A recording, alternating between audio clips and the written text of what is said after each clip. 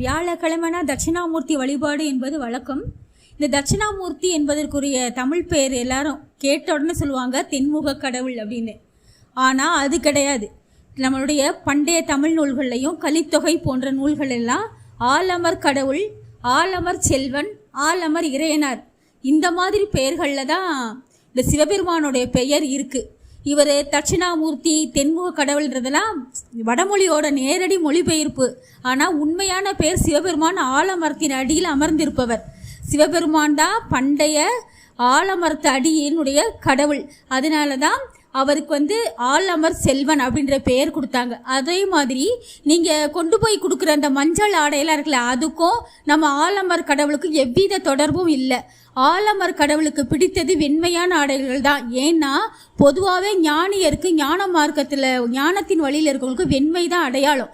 வெண்ணிற பூக்களும் வெண்ணிற ஆடைகளும் தான் இந்த ஆலமர் செல்வனுக்குரிய சரியான ஒரு உருவ அலங்காரம், ஒப்பனை. இதுதான் அவருக்கு சமர்ப்பிக்கக்கூடியது. இதுதான் பின்னாடி தான் மஞ்சள்னு வந்துச்சு. அதுக்கு காரணம் இந்த நவகிரகத்தில் இருக்க வியாழ பகவான் அந்த குருவையும் இந்த ஆலமர் கடவுளையும் போட்டு குழப்பிக்கிட்டனால. மற்றபடி சிவபெருமான் தான் ஆலமர் கடவுள். அவருக்குரியது வெண்மை நிற ஆடை, வெண்மை நிற மலர்களும் தான். ஆலமர் கடவுள், ஆலமர் செல்வன், இதுதான் சிவபெருமான். திருச்சி.